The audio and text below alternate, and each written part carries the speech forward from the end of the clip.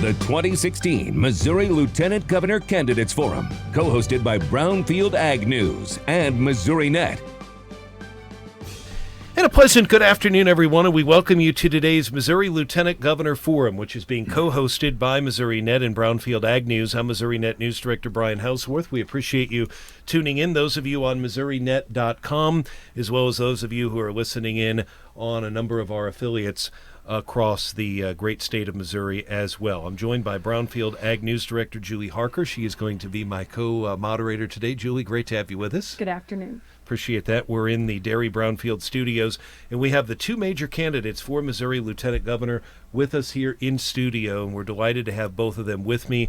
On my left is State Senator Mike Parson. He's a Republican from Bolivar, and on my right, on the camera's right as well, we have former Congressman Russ Carnahan from St. Louis, and both of you, appreciate you being here, and we appreciate it. Good to be here today. Great to be with you. Thank you. Absolutely. Give a little intro here, guys, as far as Congressman Carnahan, former Congressman Carnahan, and Senator Parson. We'll start with Senator Parson. He was the Polk County Sheriff and was elected to the Missouri House back in 2004, served 3 terms in the Missouri House, and was elected to the Missouri Senate back in 2010. He is in his second term in the Missouri Senate. He's running for this position. Former Congressman Russ Carnahan, I had the privilege of covering you in both the House and Senate. I covered Russ Carnahan when he was a member of the Missouri House from about 2001 to 2005. Mm-hmm. He was then elected to the United States House of Representatives to replace Richard Gephardt back in 2004, served 4 terms, and then your district essentially was redistricted after the redistricting in 2012. We appreciate both of you for coming in. I want to start with the qualifications and the role of the Lieutenant Governor. I've read the Constitution closely, and the Lieutenant Governor can preside over the Senate, can debate in the Senate, but a lot of it is more of a bully pulpit, and of course the Lieutenant Governor has to be prepared in case the Governor cannot serve or in case the Governor passes away. We'll start with you, Senator Parson. What are your qualifications for this post, and why are you running? Well, I think one of the things I've been talking about all year since I've been running is what have you done to be qualified to be the Lieutenant Governor of the state of Missouri? And I think one of the things I've done is I want to say I've started with a humble beginning to start off with, and have been a business owner almost my entire life. I've been the sheriff of Polk County, which is basically a public servant. And then more or less, I've been 2 tours of duty in the United States Army. And if I hadn't served my country, I probably wouldn't be here today talking to you. That's how important that was when I was 19 years old, when I served the country. And I think the Lieutenant Governor is a key issue to the state to make sure you move the legislation forward and that you work with your colleagues. And it's one thing to say you have an outreach with your colleagues in the Missouri Senate, but truly, can you walk across the aisle and can you work with Democrats, in my case? And I think if you go back to the day, whether it be Right to Farm, whether it be Proposition B, that I actually reached across the aisle, met with every senator, Democrat and Republican, to explain to them why those issues were so important for the state of Missouri. And I think that's a key. And I don't think that, Russ has got a voting record with President Obama, that you voted with him 99% of the time when he was in Congress. I don't think you're ever going to be able to bring people together when you have a voting record of doing those things. And I think over the time, and 2 years ago, I proved I stood up against my own party when it wasn't very popular to do that. But the bottom line is you got sent, you took an oath to do the right thing in Jeff City, and you do the right thing. And you treat people fair. And for the most part, legislation that comes to the Missouri Senate, and it'll be under the Lieutenant Governor, it's about moving Missouri forward. It's not about Democrats and Republicans. It's about, okay, how do we do the things that best fit the people of this state? And I've always approached it that way. And I've been, in most part, I've been very successful to be able to work with my colleagues. Congressman Carnahan, your response to what the senator said, and also your priorities for running, and why are you running?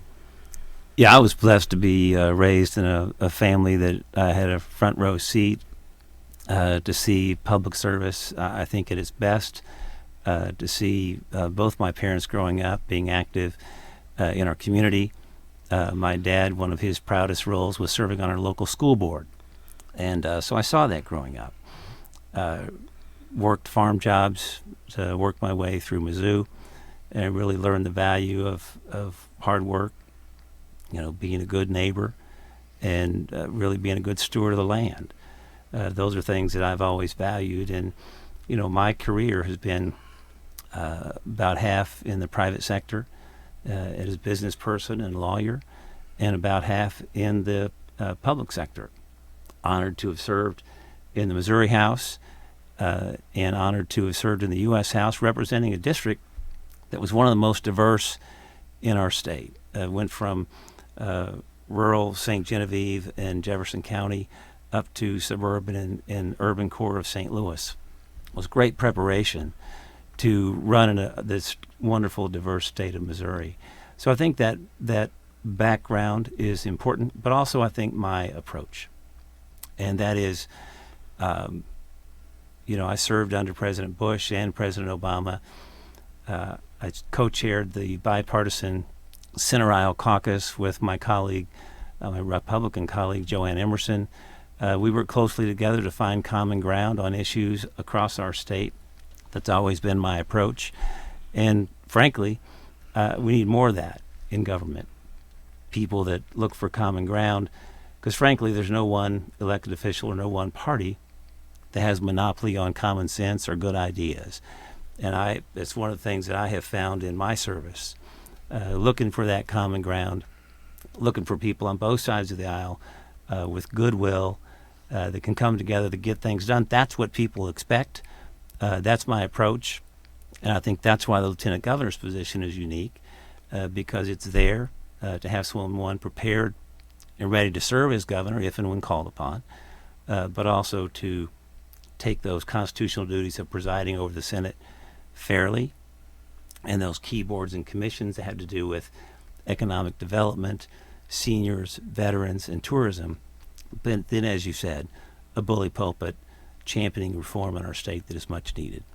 Again, our guests here live with us on Missourinet.com and a number of our affiliates. Senator Mike Parson, a Republican who is running for lieutenant governor, former Congressman Russ Carnahan as well. Senator, whoever wins this, either one of you could be working with a governor from the other party. There was a poll that came out in the St. Louis Post-Dispatch on Friday. The Coster-Greitens race, as I read it, about 1 point, 46-45, right, well within the margin of error. So, again, that's too close to call, obviously, with about a week to go. But either one of you, if you win, could be working with the governor of the other party. Don't know who that'll be yet. But let's just say you win and Chris Coster is elected governor. Yeah, could sure. you work with him? There's no doubt that I'm going to work with the next governor. I've proven that through my legislative time, whether it was Governor Nixon, whether it was Governor Blunt. Each time I've always reached out to work with governor. If you're going to be a successful legislator in Missouri, you have to be able to work with the Senate, the House, and the governor's office. That's just it. You can't always be just one side or the other. You have to find where the ground is to move state forward. And I think the most important thing I've learned from being up here is, economic development, agriculture, education, those are not Democrat-Republican issues for the most part. They're what's good for Missouri. And you have to find ways to move forward in that. So if Chris Koster's next governor of the state of Missouri, there's no doubt in my mind I'll be able to work with him. If it's Eric Greitens, I'm going to be there every day to try to help him through the process and do what I can to make him a good governor. My job as lieutenant governor, what I see to be the lieutenant governor's role, is to do whatever you can to make the governor be successful. For what's good for the people of the state and good for Missouri. That's what's important at the end of the day. There's always going to be issues, no matter who you are, you're going to disagree with. There's going to be some social issues that go around there, whether it's a pro-life issue, whether it's the Second Amendment issues. There's going to be disagreements. But there's lots of things that you should never be disagreeing on that's good for Missouri. Like I said, when it comes to economic development, education, agriculture is number one industry in this state. That should not be ever a Republican-Democrat issue. That should be. So whoever that next governor is, I have no doubt in my mind that I'm going to be able to take my office, he's going to be able to take his, and we're going to sit down together and figure out solutions for the state of Missouri. Former Congressman Russ Carnahan, again, the governor's race, a lot like the other races, the Canderbont race, a lot of them, as we look at the polls, too close to call. But again, if you win, and let's just say Eric Greitens wins or Mr. Coster wins, could you work with either one of those two gentlemen?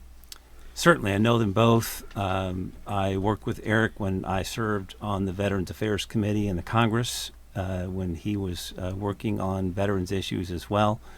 So I'm familiar working with him. Certainly have worked with Chris Coster and certainly have a strong preference. I think Chris Coster will be the better governor for the state of Missouri. But regardless, our Constitution says, we elect the lieutenant governor independently. That's a choice the people make. Oftentimes they choose people of the same party. Oftentimes they don't. And so that'll be a choice for the people this time around. So I'm presenting myself as the best candidate for lieutenant governor, but also one that I think it's important to be able to work with the governor, regardless of who it is. Sure. Again, I have a strong preference, and I think there's a big difference between the gubernatorial candidates in terms of preparation. So it certainly would be my preference to work with Chris Koster, but I will work with whoever is there.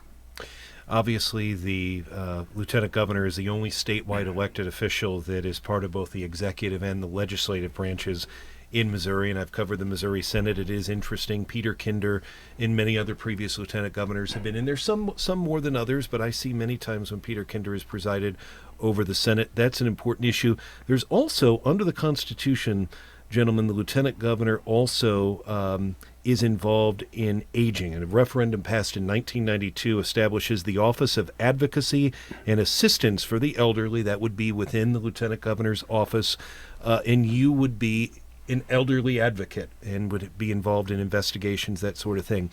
Talk about that, and I'll start with you, Congressman Carnahan, on this one. What would you focus on in that role to be an advocate for the elderly? Yeah, that really is a critical role for the office. It's developed over the years. I've spent quite a bit of time on these issues. When I was in Congress, organized a senior citizen advisory council. We had regular meetings. They were a very important part of the input, the work that we did to be sure that seniors were having their issues addressed in our state. We have a number of issues that impact seniors dramatically: health care, transportation, prescription drugs, and being able to stay in their homes as long as they can. One of the things we've done in traveling around the state, having rural and urban roundtables, we've made a special point to reach out to leaders in our senior citizen community to get their input. But I think having staff in your office that is sensitive to those issues, but also be willing to stand up and work with those across state government to be sure that the interests of seniors are addressed and that their interests are at the table. Senator Parson, your senatorial district, and before that, obviously a lot of seniors, very, very rural. Your thoughts on that role? It's an important part about that particular issue, about the elderly. How would you handle that? Well, first of all, I got more gray hair, so I'm more qualified on the senior side of things, I think, sometimes. Here's the truth about seniors in the state, especially when you look at rural or urban. And I've been to both areas, and the question becomes sometimes, what is your accomplishment? What have you done for seniors? But the truth for seniors in this state, most seniors in the day used to be 65 years old. They'd end up somewhere in a housing, in a nursing home or somewhere. Seniors are not like that no more. They're going to live longer. They're going to expect more out of us. They're going to expect more quality living. And how do we give them that living? How do we keep them as home as long as we can with the care we can to give them a quality life? They're going to be more involved in the economy as far as what they do, as far as travel, as vacation, and they're a great resource. The number one resource in the United States of America are senior citizens. These are people that are retired, whether they're engineers, whether they're school teachers, whether they're farmers. Those are resources for all of us to be able to utilize in the state of Missouri, and they're sitting out there every day almost asking you to ask them to be part of making Missouri better. Those are the things that are exciting to me, and how are we going to do that? Obamacare. The congressman just brought up health care. Health care is huge in this state. I mean, huge for our seniors to do this. This Obamacare situation that we're looking at in the United States of America, and especially for Missouri, is a disaster. It's a train wreck. And when seniors all of a sudden you're going to drive up their cost, to $500 a month, to $200 a month, that's the difference between paying your bills. That's the difference between making a car payment, going to the grocery store, being able to buy medicine. And this thing has been just a total train wreck for this country. And, unfortunately, I'm sitting here the day with my opponent. I think you have to point these things out. He was a supporter of that. He was one of them that, as a Hillary Clinton surrogate, that actually come to Missouri and told people this was going to be deficit neutral. In his home district, said it was going to be deficit neutral. And not only that, said it was going to bring in money. There was going to be a surplus. And we all know that's not true. Those are the things that seniors need to know out there in the state of Missouri, the difference between me and my opponent. That's a huge issue, and it will affect seniors. It'll affect all of us in Missouri. And I will get into, we're going to take a quick break here. We're going to focus on the next segment on agriculture. In our final segment, I've got several issues: economic development, jobs, transportation, but I am going to ask you both about the tone of the campaign and a couple of the ads that have come out, and you've had run an ad against him that talks about Obamacare. He has an ad about you with your former chief of staff about valet parking. I definitely want to get into that as well. But we've got a lot more to cover. Senator Mike Parson is on my left, former Congressman Russ Carnahan on my right. We're going to take a quick break. When we come back, we're going to turn the microphone over to Julie Harker of Brownfield and talk about ag issues. Ag is the number one industry here in the state of Missouri. You're listening and watching to our live Lieutenant Governor Forum on Missourinet in Brownfield and Missourinet.com. The 2016 Missouri Lieutenant Governor Candidates Forum, co-hosted by Brownfield Ag News and Missourinet.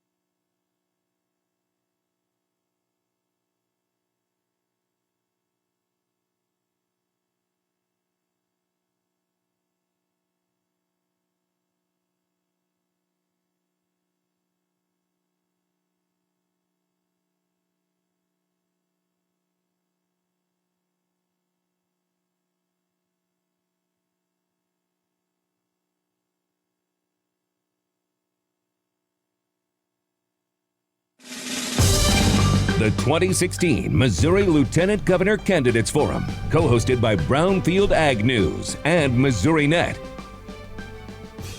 Good afternoon, everyone. I'm Julie Harker, News Director for Brownfield Ag News, and thank you for joining us. We have the Lieutenant Governor candidates here, and it's my turn now to talk about ag, to have you talk about agriculture, the number one industry in the state. As you both know, the office of Lieutenant Governor is not constitutionally mandated to promote agriculture. But will you, and how? Congressman Carnahan. Yeah, thank you. As part of promoting Missouri and our amazing resources, agriculture is fundamental. We have over 100,000 individual farms across this state. I'm proud that my family farm in South Phelps County, Missouri is one of those. But from those small farms to every kind of farm you can imagine across this state, to our agribusiness sectors in the urban areas, to the export. We have 95% of the world's market is outside the United States. So we have this amazing resource.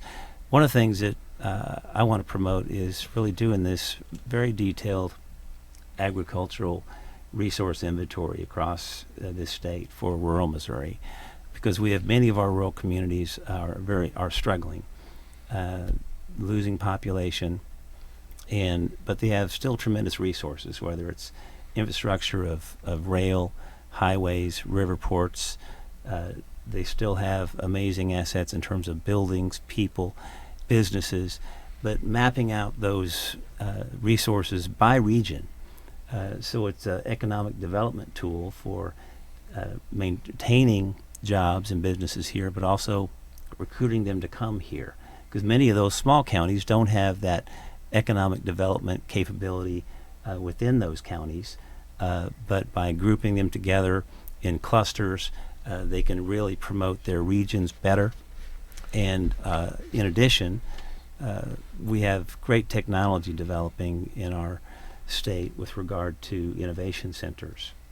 Missouri was recently ranked the number one state for small business startups. And the other states were far behind. So it's a great thing for us to build on those resources around our state in every corner of the state, but also that new innovation and the small business startup status that we have now. Those are great tools that we can utilize to leverage those agricultural resources. Senator Parson, if elected lieutenant governor, would you promote agriculture and how? Well, I don't think there's any question I'm going to promote agriculture, and I think I've got a pretty good track record in Missouri of doing that for my entire career, whether it be issues that are facing the state of Missouri. But you know what? Farmers in the state of Missouri are some of the best farmers and ranchers in the United States of America, and they prove it over and over again. What they do, what our products are. And you look at the ups and downs of the economy, of what they go through, where the cattle prices, for example, are half of what they were last year, versus row crops, what corn prices are today, versus how much that went down. The most important thing we can do for agriculture in the state is protect our farmers. That's the number one thing that's lieutenant governor, and what I'll be doing every day. And what you're going to protect them from is the overreach of the federal government. That's what drives up their cost and why they can't do business the way they want to, of what it costs to buy inventory, why we don't have any young people that can get into agriculture right now because of the cost factor of it. But for Missouri to be successful, and if you just look at any statistical information, we have to double the production of agriculture in this state in the next 40 years, what it's took us 240 years to get to. So now if you can imagine that, doubling our production in the state of Missouri in the next 40 years, what it's took us 240 years to do that. The only way we're going to do that is through technology. It's going to be through science. It's going to be through business agriculture. And one of the things I am excited about being able to tie in with the Lieutenant Governor of the State of Missouri is also an advocate for tourism.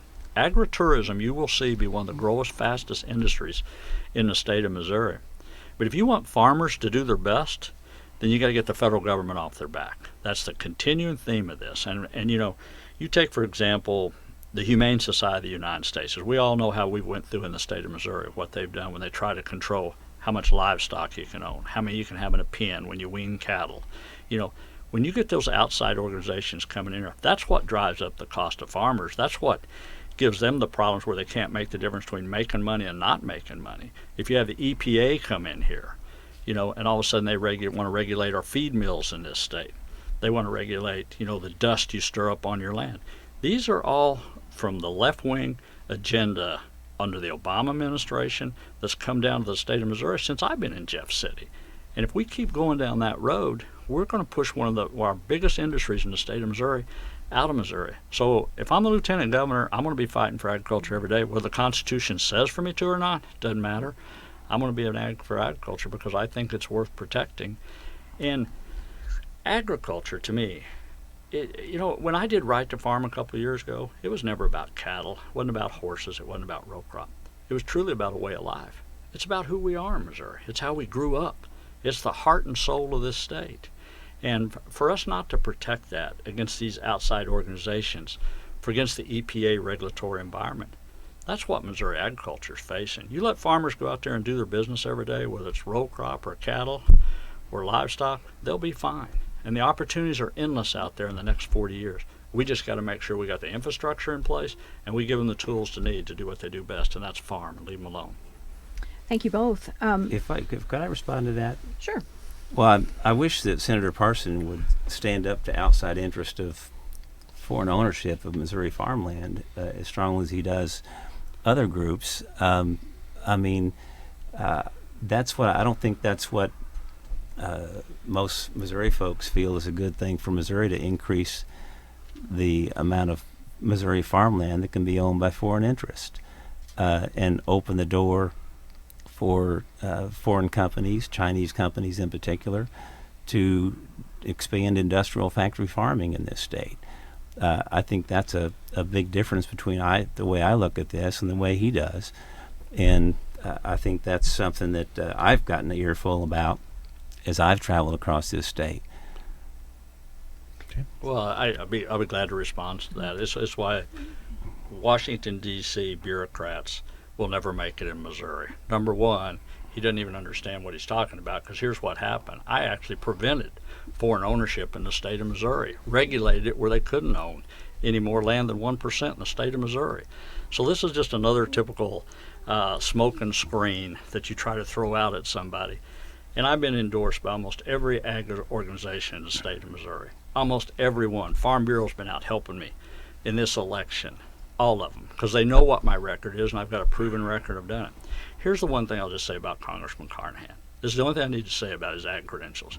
He's endorsed by the Humane Society of the United States. If you take that endorsement, you're not truly supporting agriculture in the state of Missouri. They have been the #1 enemy to this state and tried to destroy our #1 industry. And yet, if I would have been him, I would have turned the endorsement down. But he proudly took it, and he's endorsed by the Humane Society of the United States, and that's problematic. Gentlemen, my next questions actually have to do Well, with I'd what actually you like just to brought up. respond to that. Well, you will get this. This next question is for you. Perfect. Okay. Thank you. So the majority of agriculture groups, the main ones in this state, which are part of the Missouri Farmers Care Coalition, have fought efforts by the Humane Society of the United States, a leading animal rights group, to restrict livestock production practices in the state. The most recent example is the Right to Farm constitutional amendment, which was narrowly passed by Missouri voters, but it was opposed by the HSUS. These leading farm groups see the HSUS and its national lobbying arm, the Humane Society Legislative Fund, as trying to get rid of livestock production and producers' livelihoods, spending little, if any, dollars to support humane pet shelters. Missouri's Food for America, a group linked to the HSUS, says the Missouri legislature favors so-called corporate agriculture, accusing farmers of not using humane practices and putting smaller farmers last. Congressman Carnahan, you have been endorsed by the Humane Society Legislative Fund. What do you say to Missouri farmers and ranchers who see that group as a direct threat to animal agriculture in this state? Well, as someone who has a family farm, we've got over 100 head of black Angus beef cattle in Phelps County. I respect what farmers do and respect people that, again, are caring for their land and their livestock. I don't agree with every group out there, and I don't think the Farm Bureau would have given me the Friend of the Farmer Award when I was in the U.S. Congress if I was as bad as you say, Senator Parson. But I also worked with groups like the Farmers Union. So we need to be working together on, it's about common sense solutions. Again, try to find a rural community somewhere that wants to have pollution running off from a factory farm onto their land. I mean, those are common sense issues that need to be addressed. I don't think there's a farmer out there that doesn't think they should treat their livestock humanely. So I think those there's common sense ways to approach that instead of these political games and trying to demonize different groups. We need to find things where we have common ground and to get people to work together in that regard. That's always been my approach. And again, that's why groups as diverse as the Farm Bureau and the Farmers Union gave me awards when I was in Congress, because we worked together with folks across the spectrum. Farmers Union has come out and worked with the Humane Society of the U.S. Several state groups have done so. Senator Parson, you are chairman of the Missouri Senate Agriculture Committee. Would you care to respond? Well, there's no doubt. It's just a perfect example of how out of touch a congressman with Missouri values. And this is what's a huge difference between me and Congressman Carnahan are. Anybody in the state of Missouri knows that the HSUS has been nothing but trying to destroy our state. Spent $7 million here trying to destroy our farmers and our farmland in this state. This is not about getting along. This is about trying to run them out of the state, because they are a bad organization for agriculture in this state. Every state agency, when you mentioned Missouri Farmers Care, that actually developed out of Proposition B years ago, and it brought all agriculture together to fight one person. What I call the enemy of the state of Missouri was HSUS, and I don't back down from that 1 second, nor will I ever. And I don't want to get along with them, because they're about the East and the West Coast. This is what happens when you get in Washington, D.C. You lose touch with the people of Missouri. You lose touch with our farmers. There is nobody out there, no ag organization in this state that supports the Humane Society of the United States with any, I want to say, grit to them at all, because we know we have to fight these people every time. And for the most part of them, they're a fundraising machine that spends. The Humane Society of the United States spends less than 1% of their money on a caravan animal, It's just another activist group out there on the east and west coast. And why we want them in the state of Missouri, I have no idea. And I will stick up any day of the week for Missouri, for our Humane Society in the state of Missouri. I'll stick up and we help our Humane Society back home. But the Humane Society of the United States is just nothing but a phony name. And if you attach yourself to that, you're not supporting agriculture in this state, I can tell you that. Senator, you have the power now as the Missouri Senate Ag Committee Chairman to guide ag legislation and to legislate. Let's be clear, the Lieutenant Governor cannot do that. If elected, how would you advocate for all of Missouri agriculture and ensure that small farms get the attention that bigger farming operations do? Let me correct you on just one thing. I'm not the chairman of Ag. Senator Munslinger's the chairman of Ag up there. That's okay, but I've sat on the Ag. He might get upset. He probably wants that right, so I won't take it away from him. Okay, sorry. No, that's okay. Well, first of all, the biggest challenge in facing rural Missouri in agriculture, if you want to, on the agriculture issue, is bridging the gap between rural and urban. That's truly what it is. People in the urban areas, whether you're from Kansas City, St. Louis, Columbia, or Springfield, they're not against farmers. They're not against agriculture.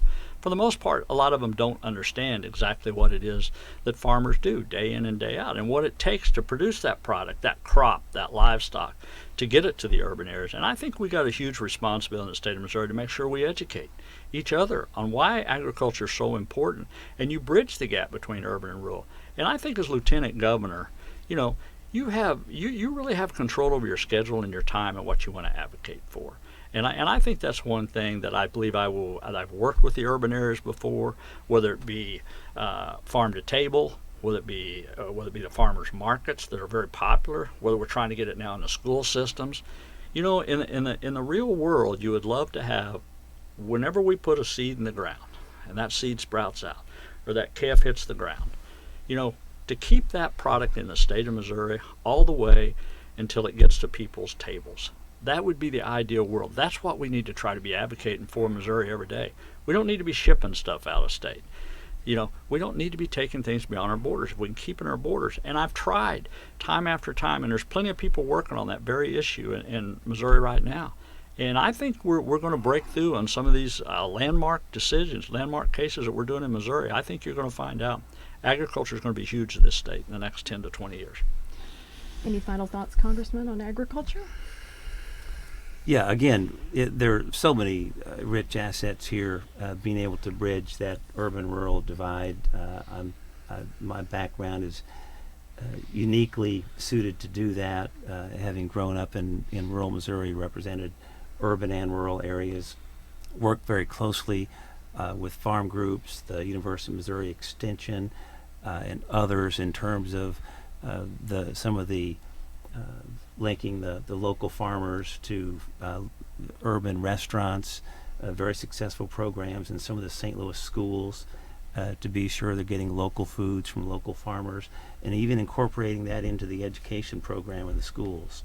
So the kids really get an early appreciation for where their food comes from and what's involved. And so those kind of programs, I think there's a big opportunity in our state to bridge that gap, incorporate it into our education, but also the economic impact it can really be big in our state.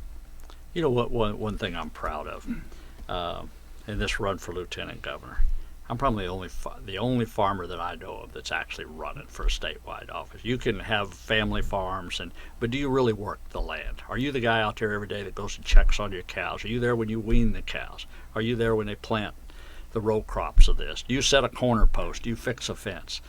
I think that is so unique that it's been a long time since we've had a real farmer. And I don't say anything about Congressman Carnahan's farm. If he's had a family farm, that's great. The big question is, do you work the farm? Do you go out there every day and you work the land? And the truth of the matter is, I think the congressman would tell you this, he lives in downtown St. Louis in a very influential neighborhood in St. Louis. I don't think congressman works the farm every day. You might say you have one, you might have cows, but the question becomes, do you really do it? And that's what I believe is the true differences between me and Congressman Carnahan when you talk about this thing.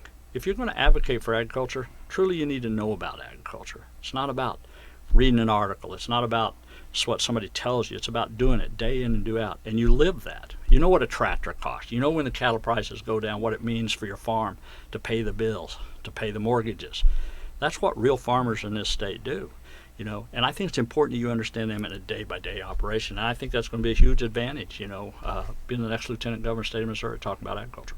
That said, would you advocate as lieutenant governor organic production? Would you advocate urban farming in addition to conventional? Sure. Look, the congressman tried to hit on a hot button issue a while ago when you're talking about CAFOs. It's what, look, I support all farmers in the state of Missouri. If you're legally a farmer or rancher in the state of Missouri, I'm going to support you, whether it's organic, whatever it is you want to be, as long as you're doing it within the Constitution, with the laws of this state. I'm fine with that. I don't care what people do. I mean, anything we can do to become better farmers, to be better producers in this state. I don't think we should ever discourage anybody from wanting to go out and work the land, because to me it's a God-given right that you can go out there and work your own land. You bought it, you paid for it. Go out there and do what it is you feel like you need to do. Gentlemen, thank you both for answering my questions about agriculture. We'll be back with more on the Lieutenant Governor Forum. The 2016 Missouri Lieutenant Governor Candidates Forum, co-hosted by Brownfield Ag News and Missourinet.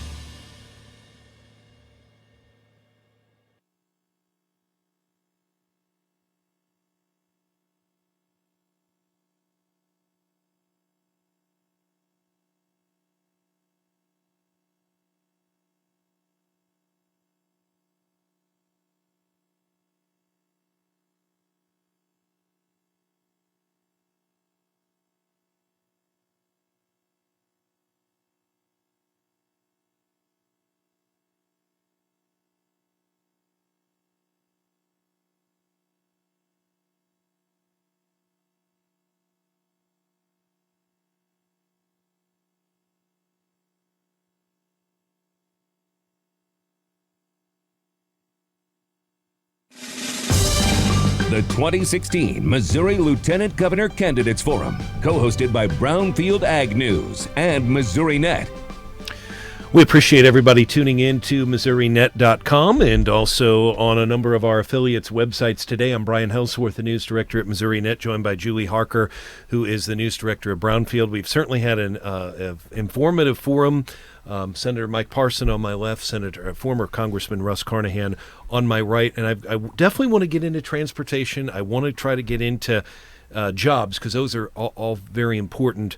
But obviously the CAFO issue, some other issues focus on a difference. I do want to ask briefly about the tone of the campaign, because there have been some ads that each of you have run against the other. And I'll start with Congressman Carnahan's ad. He has your former chief of staff, Bub Zahulan, a former Republican lawmaker, taped a commercial with a Democrat from Columbia, and they brought up the Chinese farmland issue.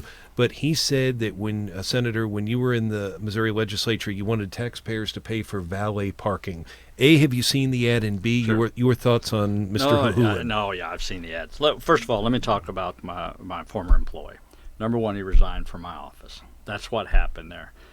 Look, I've hired probably over 100 employees in my career, whether it was sheriff or whether it was small business, and the people at State Capitol. Let me tell you one thing: if you come to work for me, you're going to work. The bottom line is, my office is one of the busiest offices in Jeff City, and you're going to be accountable. I always hold my employees to a higher standard. If you cannot cut that, then you're just not going to be there, and that's simply what happened. He chose to resign. It's unfortunate he did what he did, but those things happen. So was he not? Were you saying he wasn't working, or what was going on? Or can you not elaborate if it's personal? Well, he resigned. Sure. That gets into a lengthy Sure. story. I But the got bottom you. line is he resigned. Okay. And he wasn't meeting the goals that I thought. I told you I keep a high standard for my employees. You got to work. You got to come in. You got to work hard. And that's all there is to it. If you don't do that, you're not going to be working for me very long. The Chinese deal's a bunch of baloney. Okay. It's a bunch of malarkeys, all that is, trying to scare the average citizens out there of what it is. I don't even know what they're talking about unless it's Smithfield, I guess. But Smithfield hires 1,100 Missouri citizens that work every day, if that's what the congressmen they're doing. It's just this is what happens when you become a DC insider. You start running phony commercials that are not true. There's no factual basis. And let me address the valet parking, because I'm glad. And if they did their homework, if Congressman would have did his, every recording in the state of Missouri in the Senate, whether you're in committee, whether you're on the floor, is all publicly recorded. You will never find one instance where I talked about valet parking in the state capitol. Never. It is an outright lie, period. If you want to know where it come from a liberal paper in St. Louis and a Democrat that did it. But I've never, ever asked for valet parking at the state capitol. And if you want to talk about valet parking at the capitol, then we ought to be talking to Congressman about his trip to the Antarctic.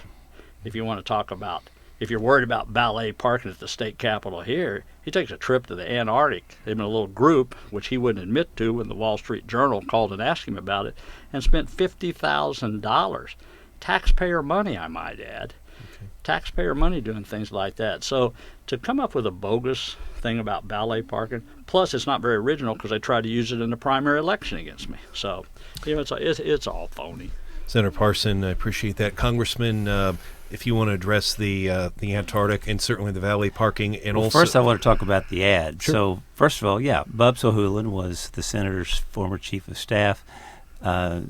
He made it real clear in several press interviews that he didn't like the way things were working in the senator's office in terms of transparency, in terms of the excessive influence of lobbyists, him being the second highest recipient of lobbyist gifts in the state, over 900 gifts totaling $45,000. One press account described him as a lobbyist magnet. Maybe that's why his office was so busy. But in terms of the valet parking issue, Senator Parsons stood on the floor of the Senate and offered an amendment to add $50,000 for parking services for legislators in the Capitol. That's a fact. You can look at the record in the Senate. It's actually a recording of it, Senator. Okay. I do want to ask one quick thing about the tone, and then I want to get into transportation and jobs. But the ad that I've seen Senator Parson run has kind of linked you with President Obama for your vote on the Affordable Care Act. I'd like to talk about that. Could you respond to Absolutely. So this is part of a political game that Senator Parsons and others have played with Missourians' health care. The Affordable Care Act was put together with a bunch of Republican ideas about marketplace health care systems and competition in hopes to get Republican support, which of course they ultimately decided they weren't going to support anything that the president wanted. And then here in Missouri, Senator Parsons and others have refused $2 billion of our money at a time when we have a rural health care crisis in Missouri. 4 rural hospitals have closed. Everywhere I go, I get an earful about the difficulty in access to rural hospitals, and that money, we're losing the jobs from that money, and the coalition behind it. The Missouri Chamber of Commerce, the Missouri Hospital Association, professional groups. I mean, talk about economic development.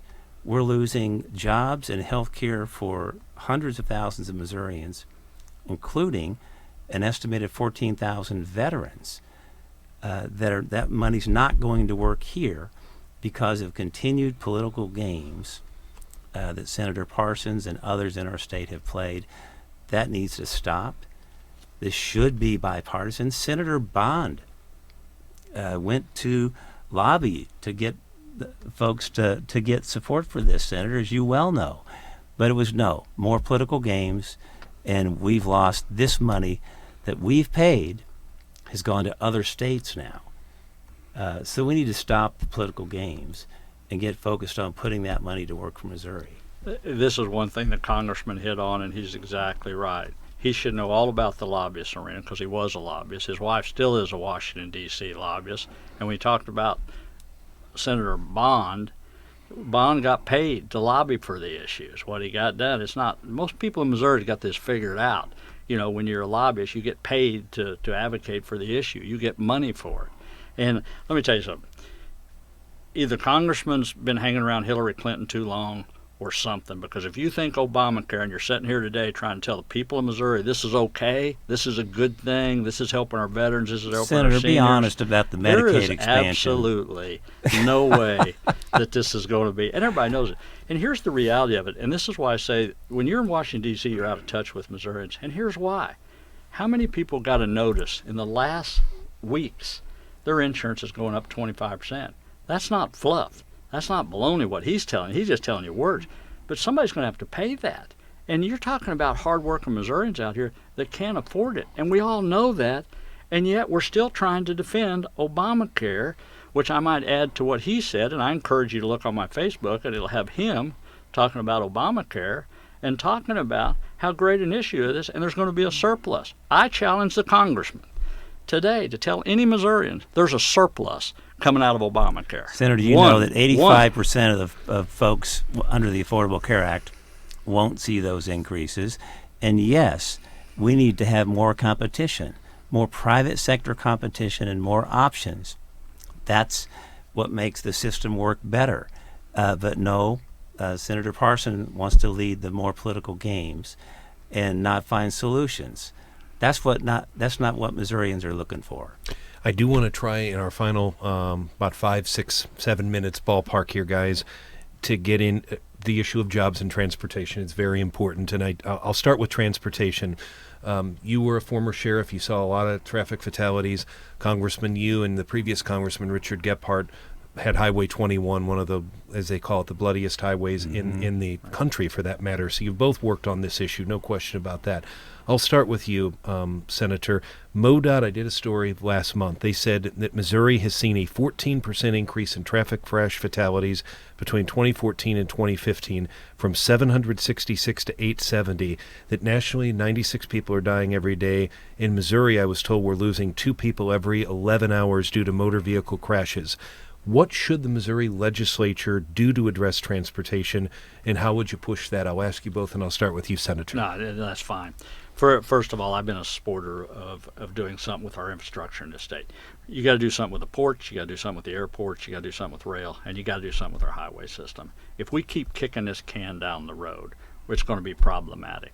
I took a vote on the Senate floor this year when most people advised me not to do it because I was running for lieutenant governor, because somebody was going to use it against me in an ad, which kind of what the congressmen are talking about a while ago, how they use these ads against you.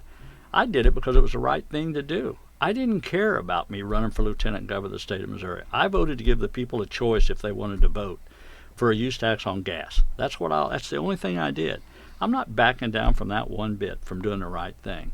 And this is what's wrong with a lot of politicians today, because they're in the political arena, they don't want to do it, or they just stay with the ranking files. That's not being a leader in the state of Missouri. But we have to pay for this. We're going to have to do something with infrastructure in the state, and you're going to have to pay for it. And you're going to have to find a formula to do that. I mean, you just can't ignore this like this problem's not going to happen. And you got to have a plan. But it goes back to the original question we were talking here earlier. Can you get along, be bipartisan, with whoever the next governor is, whoever's in the House of Representatives, and who's in the Senate? But I will tell you this. If the congressman brings his Washington, D.C. influence, and you're going to vote 99% with President Obama, he's not going to reach across the aisle and get anything done. And that's just a fact, and that's a proven fact, the way the system works in Washington, D.C. Former Congressman Carnahan, your response to what the senator said, and also to my original question. Well, I feel like, the 8 years I was honored to serve in Washington, I don't know about the other 50 years that I've worked here in the state of Missouri, but my record is one of working in a very bipartisan way. Transportation, I served on the House Transportation Committee. The motivation for me getting on that committee, in Jefferson County, there were 2 highways that are among the top 10 most deadly highways in America. They had nicknames like Blood Alley and Right. Death Valley.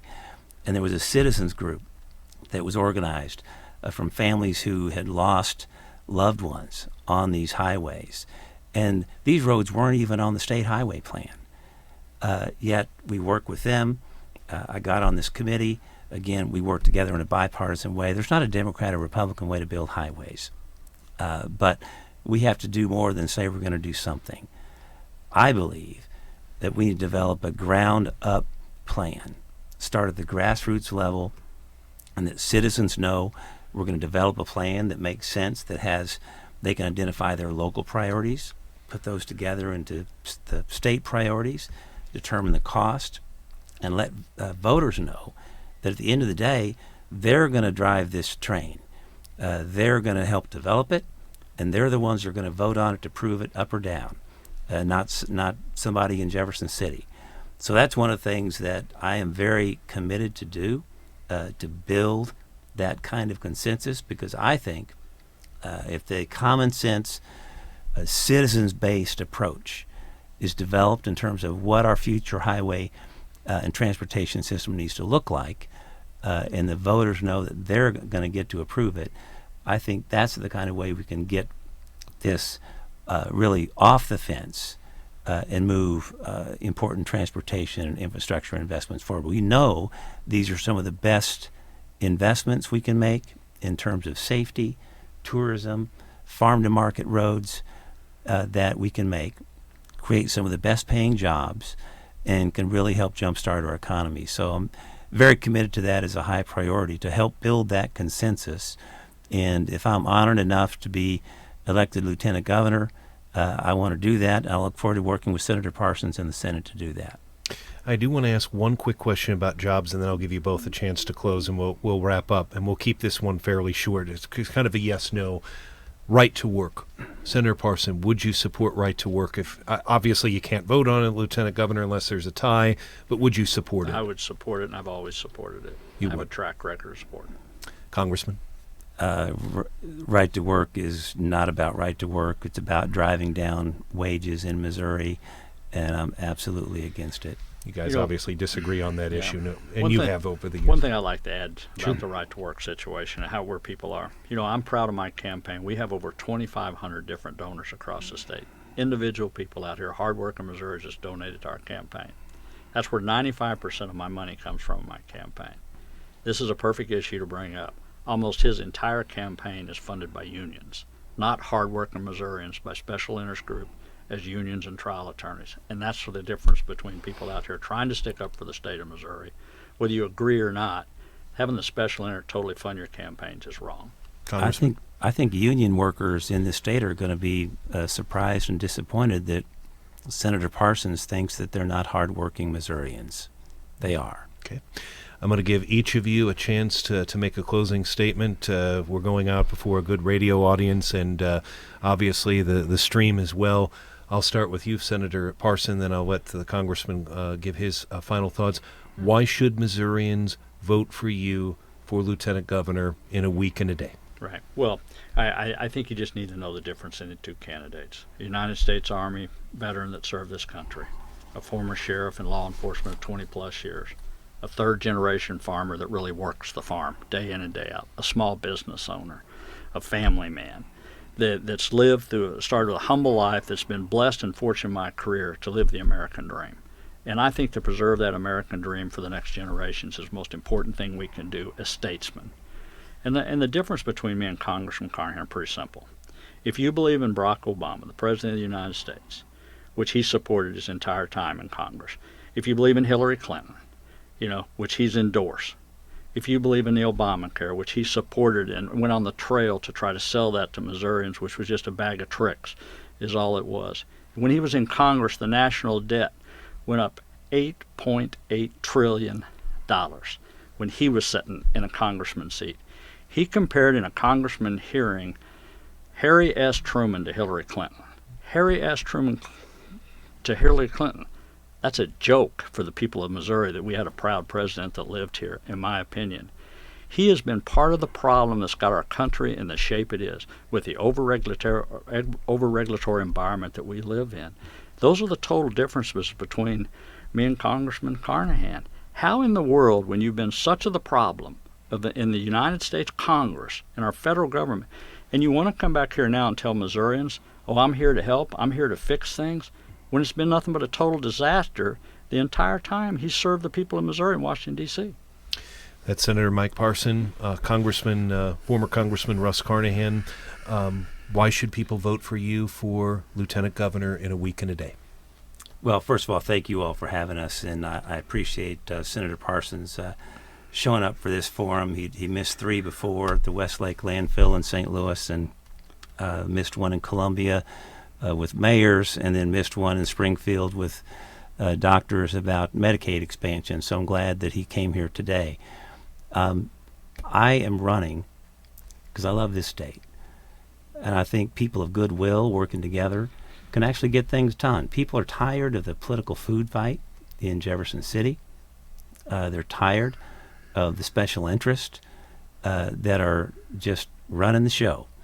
And if you stop 10 people out on the street anywhere in Missouri and said, do you think it's working for you here that we have a system that allows unlimited political donations, unlimited lobbyist gifts that Senator Parsons is the number 2 recipient of, and almost no limits for the revolving door from legislator to lobbyist? They'll give you an earful. If you ask people if they think we should expand Medicaid, invest those dollars here, have better access to hospitals, especially in rural Missouri, they say, of course you do. That's common sense. Senator Parsons doesn't believe that. If you think we ought to have protect those farmers out there from more foreign ownership and more, no regulation at all with industrial factory farms, then Senator Parsons is your guy. But I think if you want a common sense approach and a proven record working together both in the Missouri House and in the U.S. House, that's always been my approach. I've always had an open door, and I've worked with both parties to actually get things done. I think that's what people expect. Well, I want to thank both of the candidates for joining us. We've covered as many issues as we can in the time that we've had, including qualifications, the statutory responsibilities, the fact that whoever wins could be voting in the Senate and could be presiding, and then other issues as well, agriculture, economic development, and jobs. I also want to thank Julie Harker. Good job, as always, Julie, on the agriculture issues. Folks, the election is a week and a day away. It is Tuesday, November the 8th. We encourage everyone to vote, and we'll have election night coverage that night, all night, on Missourinet. Senator Mike Parson, Republican of Bolivar, former Congressman Russ Carnahan, Democrat from St. Louis. We appreciate both of you coming in and wish you both the best. Thank you for having us here today. Thank you. And we appreciate everyone for tuning in today. This is Brian Houseworth. Have a great day. The 2016 Missouri Lieutenant Governor Candidates Forum, co-hosted by Brownfield Ag News and Missourinet.